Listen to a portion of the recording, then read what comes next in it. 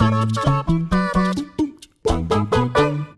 everybody, welcome to WhatCulture Gaming. I'm Scott, joined by Kirsten.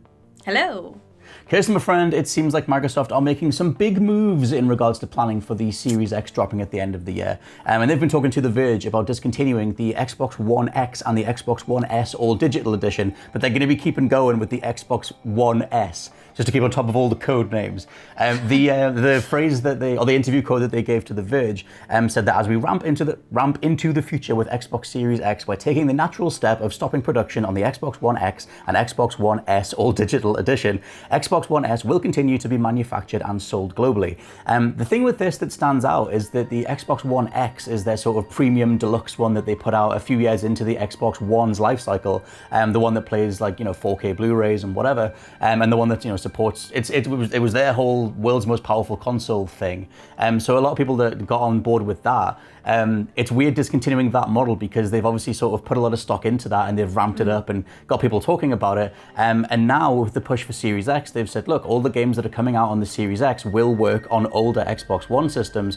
But assumedly, if you were waiting for the Series X launch for a discontinued Xbox One X, it's now not going to be in production anymore, which seems like a weird clash. But I guess, do you think essentially it does make sense to sort of kind of carry over that world's most powerful system thing and put that on the Series X and only the Series X?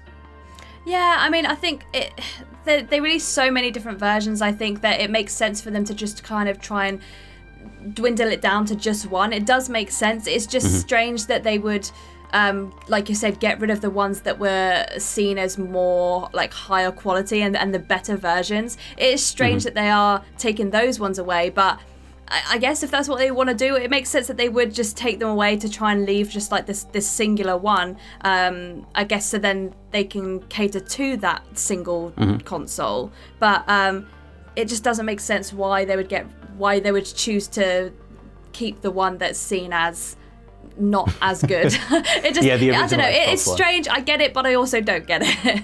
Yeah, I mean, according to them, the sales data on the Xbox One S, the one that started to do 4K, 4K visuals or 4K Blu-ray visuals as well. That's the one that they're keeping going. The all digital one is being discontinued, which I have to assume ties into the fact that going forward, the Series X will have two SKUs. There's they were codenamed Anaconda and Lockhart. Anaconda is the big full fat version, the one that we saw with the Game Awards last year. That's the one that they've shown, the big tower version, but there's also the one that's codenamed Lockhart, which is apparently their sort of more budgetary version of the Xbox Series X. So many code names. Why can't they just call it Anaconda and Lockhart publicly? That'd be way easier. But the Lockhart one is the one that they haven't shown yet, but apparently that's the sort of budgetary version of the next gen system. And maybe that'll be an all digital one. Apparently the sales data on the Xbox One S all digital edition was quite strong and people quite like the idea of an all digital Xbox. Personally, I've always been against that because I want to collect discs and stuff. But I guess going forward, that seems to be quite promising. But yeah, it's just, for me, it strikes me as just kind of strange because their initial sort of marketing spin was, don't worry about having to upgrade to next gen. We're not going to force you to. Literally, they put a statement out saying, we're not going to force you to go next gen. But we're also getting rid of these premium Xbox One X, the thing that you could get as a half step. We're just not going to be doing that anymore.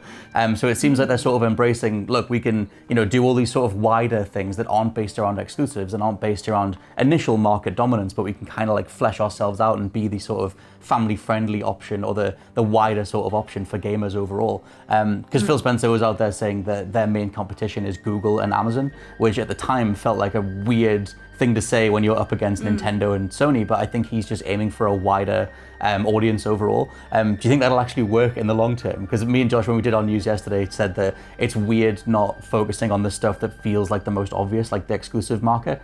Going with all these other things seems like a weird risk.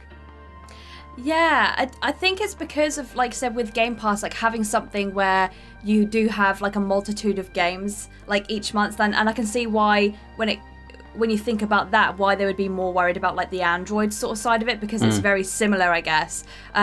So clearly that seems like the sort of route that they're trying to go down. And don't get me wrong, even though I spend more time on the PlayStation,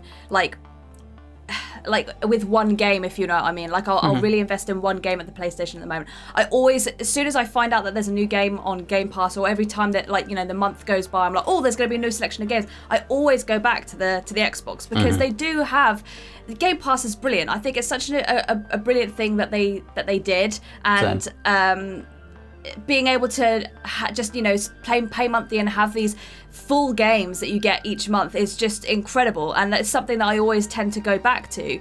So clearly that's something they're trying to kind of focus on, but at the same time, as much as that always kind of brings me back to check like new games, and I might play a little bit of like a you know, a game, so I don't think they've had like a proper exclusive for Game Pass since was it Metro? Like something that was that, like a big deal, yeah. Yeah, like when you know, it hadn't even come out yet, and they were like, oh, by the way, it's going to be on Game Pass, so you can get that for like completely free almost. It feels like free. Getting this entire like £50 game included in your Game Pass was incredible, and that's something I feel like they need to be trying to do more as like you know, their version of like an exclusive game to Xbox. But it definitely seems more like they're just trying to chuck in more quantity than quality at the moment. Yeah. Which is, I mean, that was the whole... Which is a shame.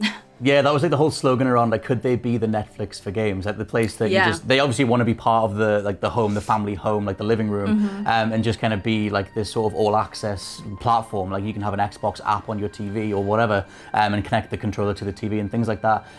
Which is, it's such an interesting way to go, because they've been on the back foot for so long, and it's almost like some marketing person sat in a room and said, hold on, we can harness this. Like everyone knows our name, they're not looking to us for exclusives, so let's just sort of steer into everything else, and then do things like the Game Pass, like you said, and be able to put something out and say, oh, it's free as part of your monthly subscription, you should probably come with us, rather than spend the money on an individual purchase over on a different platform. All of it just seems fascinating at this point. I kind of think that like Phil Spencer is just playing this like 4D game of chess, like he's coming at it from all these different directions, that just seems like either it'll totally pay off, or it'll just be kind of left behind because all the exclusives are on the PS5 and the Switch. But yeah, let us know what you think down in the comments below of the potential of them. Well, they're disconnecting one version of the Xbox and how they're going to be going forward, focusing on everything that isn't based around exclusives. For now, I've been Scott from WhatCulture.com. And I have been Kirsten Rea from WhatCulture.com. I will catch you next time. Bye.